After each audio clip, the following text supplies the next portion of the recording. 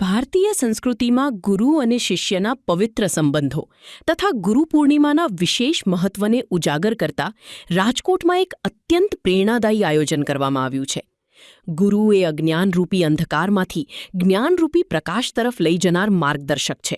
ત્યારે આ જ પરંપરા હેઠળ શ્રી અરવિંદભાઈ મણિયાર રિસર્ચ સેન્ટરના સહયોગથી Shri Shubham school auditorium hall ખાતે શાળાના વિદ્યાર્થીઓ દ્વારા મર્યાદા પુરુષોત્તમ શ્રી રામ નાટકનું ભવ્ય મંચન કરવામાં આવ્યું હતું.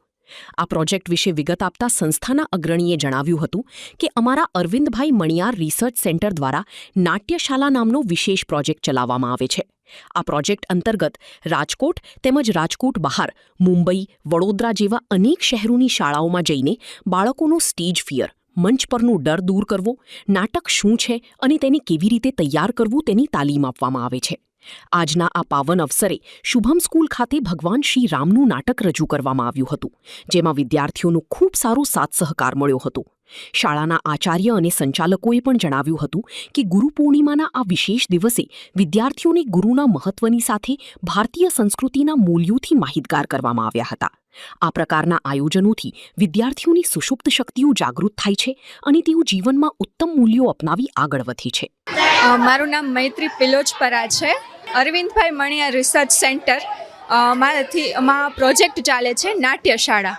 તેની અંતર્ગત અમે ઘણી બધી સ્કૂલ, રાજકોટમાં જેટલી સ્કૂલ છે તેમજ રાજકોટની બહાર મુંબઈ છે, વડોદરા છે, એવા ઘણા બધા સિટીઝમાં જઈ અમે નાટ્યશાળા અંતર્ગત સ્કૂલ્સમાં નાટક શીખવીએ છીએ કે નાટક કેવી રીતે કરવું, નાટક શું છે, નાટક કેવી રીતે ભજવાય, એની સ્ક્રિપ્ટ કેવી હોય, સ્ક્રિપ્ટ કેવી રીતે લખાય, આવું ઘણું બધું અમે સ્કૂલમાં જઈને શીખવીએ છીએ. પ્લસ એના ઉપરાંત અમે એક જે નાટક અમે જે ટૉપિક લીધો હોય એના ઉપર અમે સ્ટુડન્ટ પાસે જ એક નાટક તૈયાર કરાવીએ છીએ.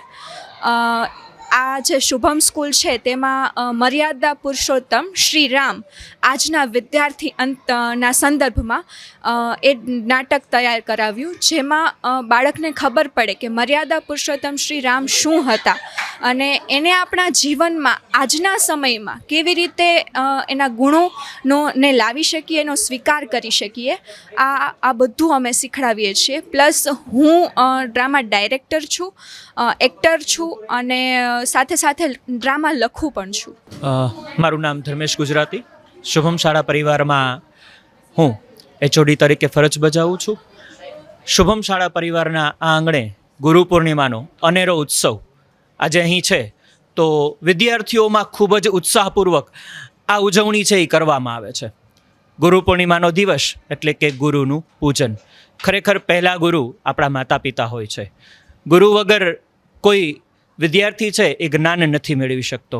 જ્ઞાનરૂપી આ શિક્ષણ માત્ર ગુરુ જ આપી શકે છે અને જેની શરૂઆત આપણે શાળા દ્વારા કરીએ છીએ. Thank you so much.